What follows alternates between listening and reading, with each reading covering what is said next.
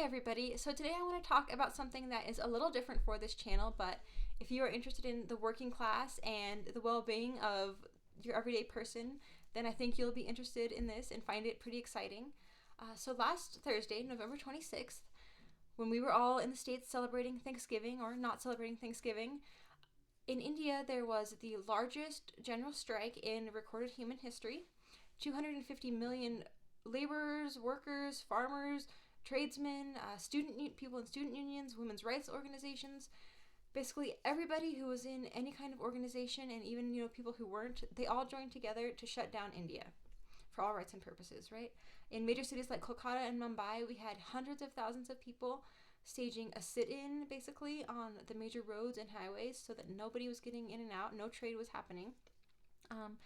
In northeast India, where there are a lot of oil refineries and natural gas refineries, they had a complete shutdown.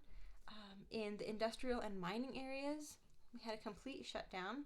Transportation workers did a complete shutdown.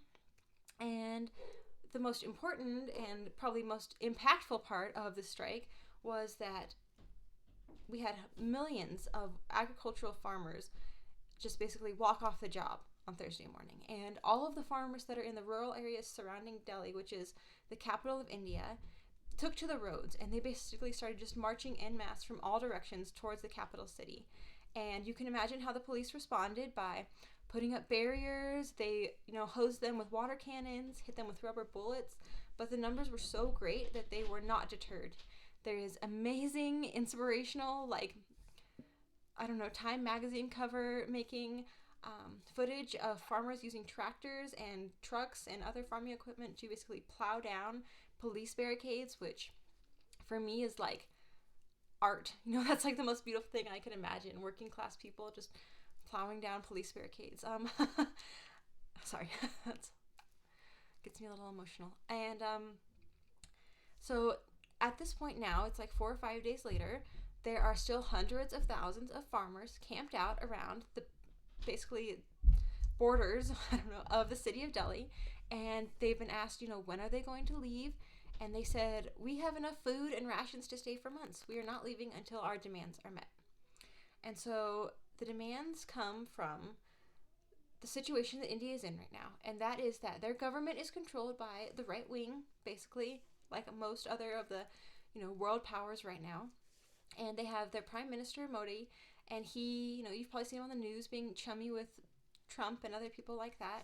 And instead of, during the pandemic, helping the people and sending out, like a stimulus check or, just looking out for the general welfare of the citizens of India, he has instead used the pandemic as an opportunity to roll back decades of progress that has been made in labor and worker protections and farming price laws, basically, which protect smaller farmers from being bulldozed by large corporations, and anything that deals with workplace safety has been repealed. All of these things, all of the progress that has been made by the working class in India over the last few decades was basically wiped out. And he said it was under the guise, the Prime Minister said, of this is how we're going to, reinvigorate our economy. This is going to help our big corporations, and that is going to trickle down to the everyday person.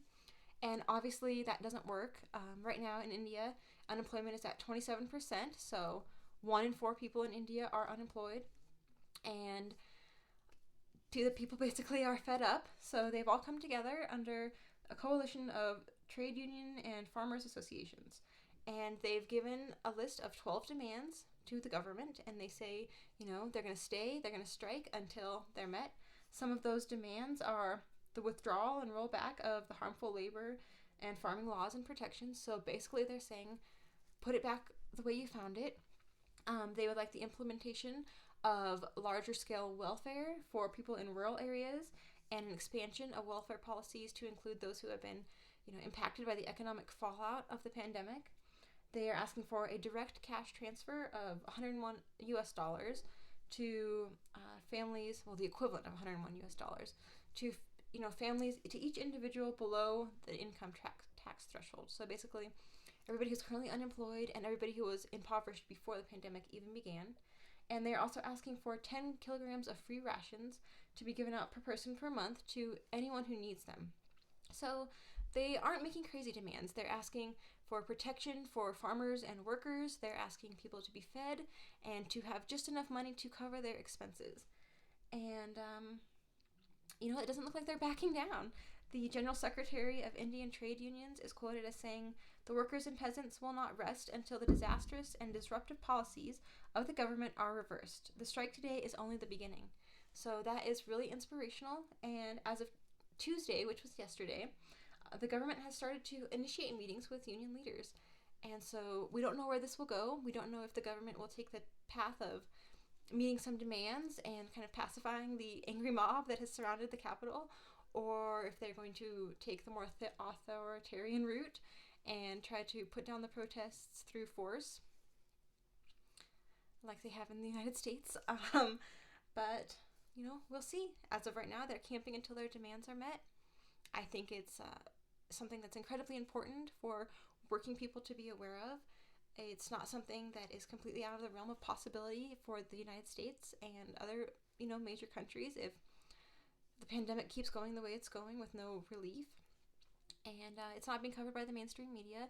You have to really dig to find this information on the internet. So, tell your friends, tell your family, tell anybody who would be interested, anybody who complains about the government's treatment of us during the pandemic. Look to India for inspiration right now if you are feeling hopeless or distraught or like the working class has been abandoned. And yeah, I just thought it's something that you guys might want to know about. When I saw it, I was like filled with like hope and giddy, basically. So yeah. All right, I'll see you guys next time.